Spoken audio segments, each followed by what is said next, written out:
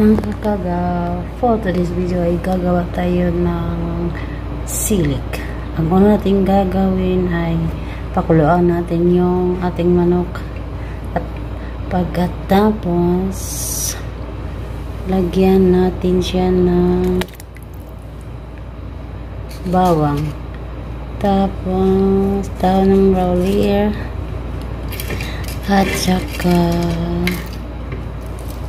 hill, tapos at saka sibuyas, at pakuluan natin siya ng 45 minutes mga kagaw hanggang malambot siya mga kagaw.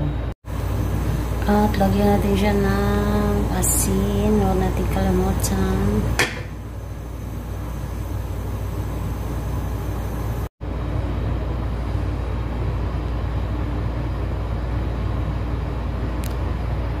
Sa luto natin pinakuluang manok mga kagaw, kukuha tayo doon ng konting sabaw at lagyan natin ng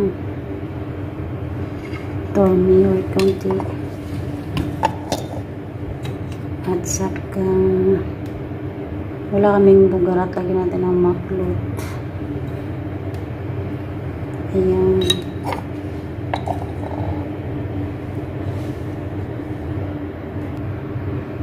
lagyan natin asin at tomato paste. Ayan.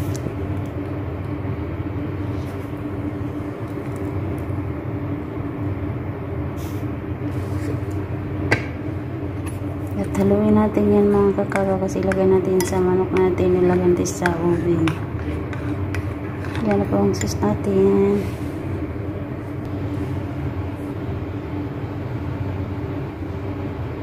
Yan na po ang sauce natin mamaya. Ayan, luto na po ang ating manok. At tatanggalin na natin yan mga kakagaw. Diyan na yung manok, labas na.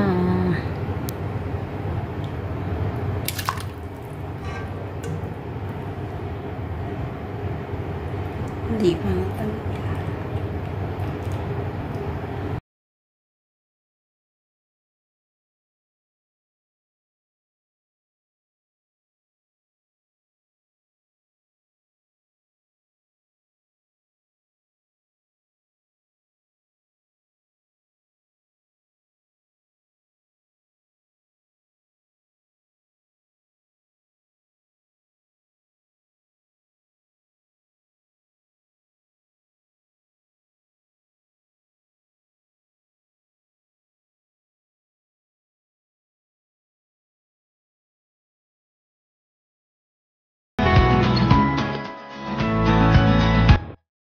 Ano po ng manok natin, kuha natin dun sa kaldero kasi yung tubig na yon sasalain natin mamaya para ilagay natin yung bigas natin dyan.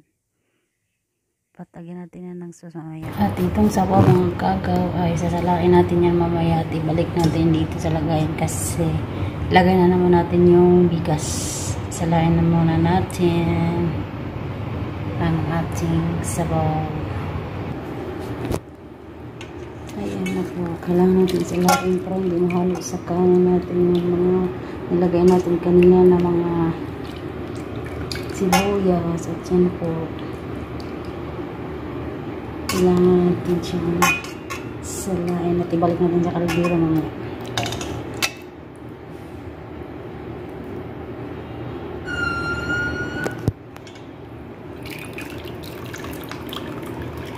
Ayan na yung bigas natin mga kagaw. Ayan, nalunod na natin ang ating bigas. Antayin na lang natin yan maluto ng hot cook. Ayan, antayin na natin makulo. Takyan na lang natin, lakpan na lang natin yan.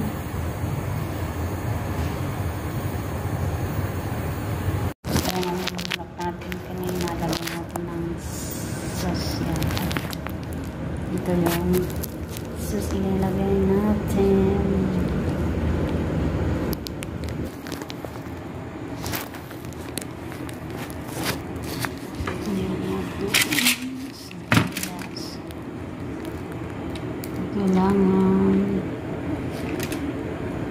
Lagyan mo siya sa ilalim at sa gitlaan.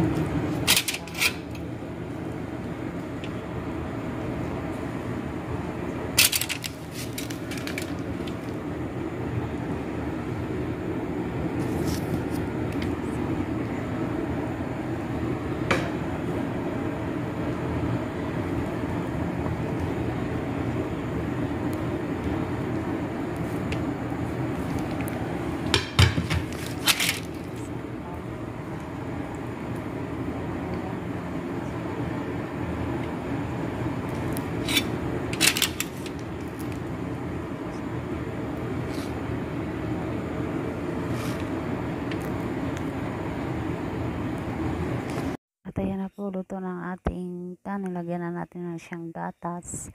Ang gigamit natin gatas natin ay fresh milk. At 1 galon nilagay natin dyan sa ating lugaw para masarap daw. At ayan na po, halo-haloin natin para mahalo yung gatas natin. Hintayin na lang natin yung maluto na ng yung lugaw at lagyan natin ng kunting asin mga kakagaw para masarap. Hintayin natin ang ating niluto kaninang kanin. Maggagawa tayo dito ng sauce para iyan natin kasama yung lugaw. Ang gagawin nating sauce ay ilagyan natin kamatis yan, i-blender natin at lagyan natin ng bagdunis. I-blender natin yung bagdunis dyan, ihalo natin. At pagkatapos lagyan natin ng asin. Ayan, lagyan natin ng asin. Pagkatapos i-blender natin yan mamaya para yun ang partner natin sa ating silik mga kakagaw. At i-blender lang natin at lagyan natin ng maliit na sili para masarap. Ayan na po yung blender natin mga kakagaw. Ayan na po ang ating sauce na ginawa sa partner ng ating lugaw. Yan po ang ating finished product sa ating ginagawa today. Ang ating silic sauce.